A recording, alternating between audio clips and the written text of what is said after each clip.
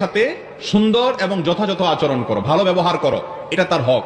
আমরা আবারও বলছি, আল্লাহর হক আমরা অনেকে আদায় করি, নামাজ রোজা আমরা অনেকে করি, কিন্তু স্ত্রীর হকটা আদায় করি না, তার সাথে সুন্দর ব্যবহার করি না, তার প্রতি খেয়াল রাখি না। অথচ নবী করিম সাল্লাল্লাহু আলাইহি ওয়াসাল্লাম বলেছেন, খায়রুকুম লি আহলি, তোমাদের পুরুষদের মধ্যে ওই ব্যক্তি সবচেয়ে ভালো যে তার স্ত্রীর কাছে ভালো, যে তার স্ত্রীকে আচার আচরণের সৌন্দর্য দিয়ে, ব্যবহারের মাধুর্য দিয়ে, আচরণের উৎকর্ষ দিয়ে, সে সুন্দর ব্যবহারের মাধ্যমে, তার সুন্দর কাজ কারবারের মাধ্যমে তার স্ত্রীর মানসিক সন্তুষ্টি যেটা, তৃপ্তি যেটা সে আদায় করতে পেরেছে, হ্যাঁ আমার স্বামী লোকটা ভালো, এই জিনিসটা যে আদায় করতে পেরেছে সে আসলেও ভালো। নবী সাল্লাল্লাহু আলাইহি ওয়াসাল্লাম বলেছেন, আর আমি হলাম তোমাদের মধ্যে পরিবারের কাছে সবচাইতে ভালো মানুষ। আমার পরিবার, আমার স্ত্রীরা আমাকে সবচাইতে ভালো হিসেবে স্বীকৃতি দেয় মন থেকে।